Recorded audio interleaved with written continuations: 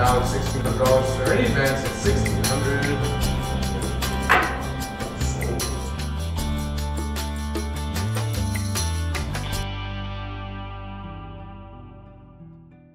On February 7th, Swann Galleries will be offering a sale of fine photographs.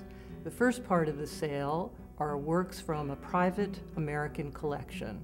Lots 1 through 109 feature photographically illustrated books, fine art photographs, travel albums, and portfolios. The second part of the sale, lots 110 through 163, are works by multiple consigners and also are dedicated to the panorama of photographic expression.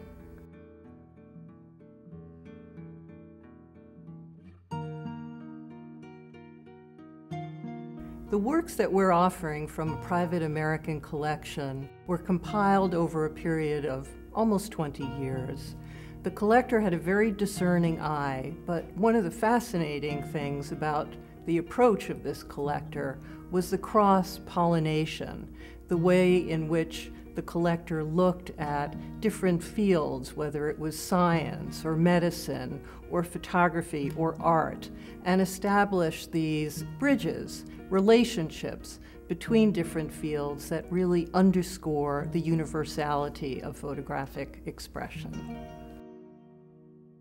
Lot 10 is Matthew Brady's mammoth plate photograph of a Connecticut artillery drill circa 1862.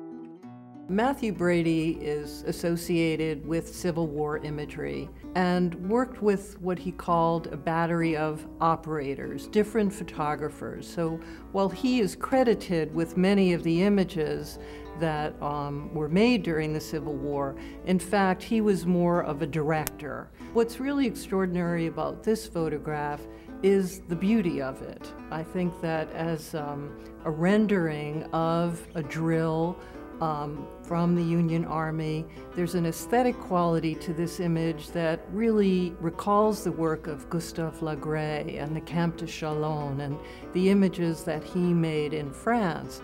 But looking at this photograph, it's important to remember the cumbersome technology that was associated with photographic production. The size of the photograph was dictated by the size of the camera. The negative that went into the camera was known as a wet plate collodion negative, which meant that the photographer had to hand coat that negative, insert it into a very large, wooden, heavy camera, and take the picture, remove it, and then process it in what was known as a darkroom tent. I think that when we look at an image like this, we realize that Brady or his operator pre-visualized the photograph. This is almost cinematic in scope. And later on, of course, as the war continued and the images became grittier and more dramatic and indeed very bloody and horrible, we see that this picture was probably at the outset of the war, and some of the other images that are associated with Brady were made later on.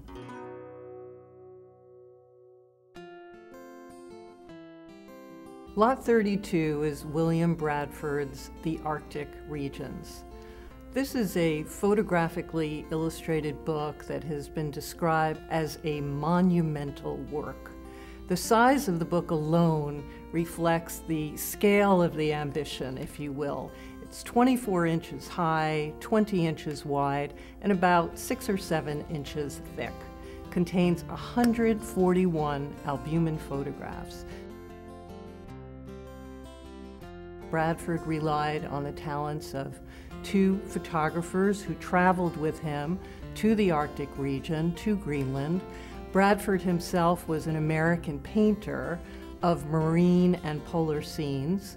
He had made previous expeditions to the polar region and decided that this, his 6th expedition, he would go to gather inspiration, gather images that he could use in his paintings.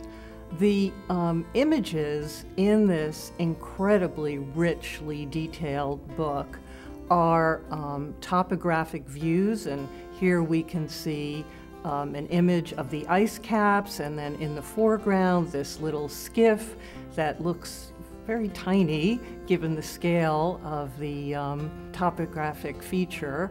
We can see the views of Greenland itself, and then one of the real lavish features of the volume is this two-part panorama, an actual pull-out panorama that shows one of the glaciers. This in and of itself is a spectacular add-on to the book, which was published in an edition of 350 copies in 1873. Apparently, Queen Victoria and members of the royal family were so fascinated with Bradford's account of the polar regions that they were patrons of the project. And certainly when we look at the gilt tooling on the front cover, the pictorial rendering that almost has a Rockwell Kent feeling to it, we get a sense of we are going to someplace really exotic. The last time Swann offered this volume was almost 30 years ago. It's extremely rare. It's a marvelous, marvelous item that we're absolutely thrilled to have in our sale.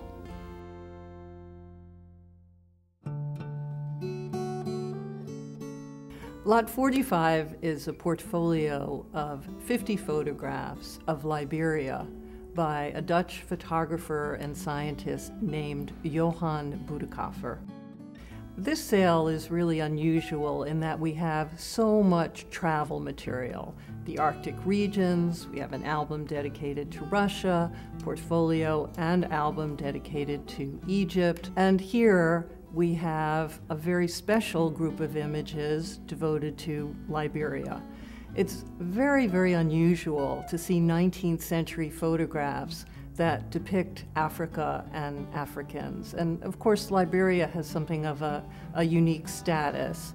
In 1847, the nation proclaimed its independence, and Bodekhaffer was someone who had studied at the University of Bern. He was an ornithologist. It's unclear what fascinated him about Liberia, but one day he packed up his things, contacted a friend who had photographic equipment, and set off on this incredible tour. The pictures that he made are so accomplished that it's just hard to believe that he wasn't practiced in some way, but a letter that accompanies the lot to his friend, Mr. Van de Poel, thanks him for the equipment and the fact that the camera allowed him, as it were, to make these very aesthetic images. And what does he focus on? Well, of course, he focuses on the people of Liberia, he focuses on the flora and the fauna, and there's one image that actually may be a self-portrait. It shows a Caucasian man standing before this gigantic tree, and while many of the pictures are beautifully mounted and identified, this one doesn't actually say auto-portrait, but certainly lends itself to that sort of interpretation. The pictures are in extraordinary condition. It's a beautiful 19th century treatment of a very unusual and special subject.